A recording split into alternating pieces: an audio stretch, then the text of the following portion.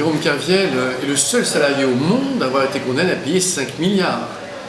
Jérôme Kerviel est certainement l'un des rares justiciables qui demande une expertise depuis 6 ans des comptes de la Société Générale et qui ne l'a jamais obtenue.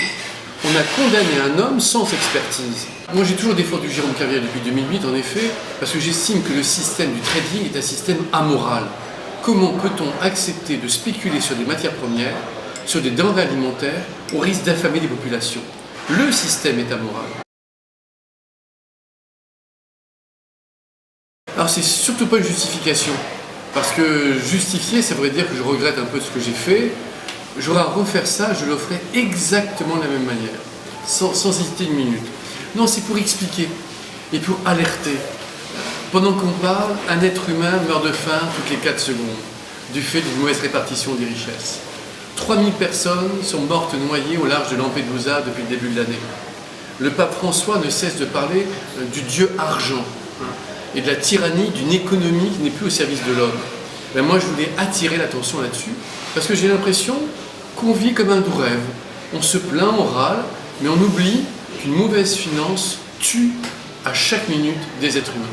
Vous avez cette phrase très touchante, enfin c'est lui d'ailleurs qui la tient. Vous savez mon père, si vous me trahissez, ne vous inquiétez pas, vous ne serez pas le premier, donc sentez-vous libre de me trahir. Quand vous entendez ça, qu'est-ce que vous, au fond de vous, vous vous dites? Ah ben, je suis à la fois surpris et extrêmement touché de voir que cet homme a été tellement trahi, que ce soit par des amis, que ce soit par ses collègues de bureau, j'en parle même pas, que ce soit par la banque qui en 2007 l'adulait, soyons clairs. Jérôme Kerviel avait gagné 1,7 milliard, c'était le dieu du trading, et d'un seul coup en 2008 on le jette en 3 jours. Mais aussi par un avocat précédent qui n'a pas joué jeu, avec des conflits d'intérêts certains. Donc quelqu'un de profondément blessé, et à la limite avec un certain cynisme, me disant finalement si vous me trahissez, un de plus, un de moins, ce sera pareil. Je ne suis pas du genre à trahir.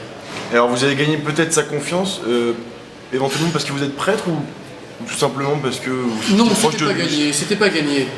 Lui-même m'a dit après, moi je dis j'avais assez peur de vous rencontrer, parce que finalement, supposé que je tombe, pardonnez-moi, sur quelqu'un de pas intéressant du tout, j'allais pas m'engager. Et lui avait peur un petit peu de tomber sur un emmerdeur, qui venait là, on ne sait pas pourquoi. Et en fait, c'est la rencontre de 2 histoires. Il a son histoire, j'ai la mienne. Moi, je viens du monde de l'entreprise. J'ai vu les gens broyés par l'entreprise. J'ai vu des gens sacrifiés sur l'autel du profit. J'ai vu les bénéfices mis avant le bien-être des personnes. Alors, j'étais extrêmement touché par le combat qu'il menait. Et en fait, c'est la rencontre d'une histoire et d'un combat.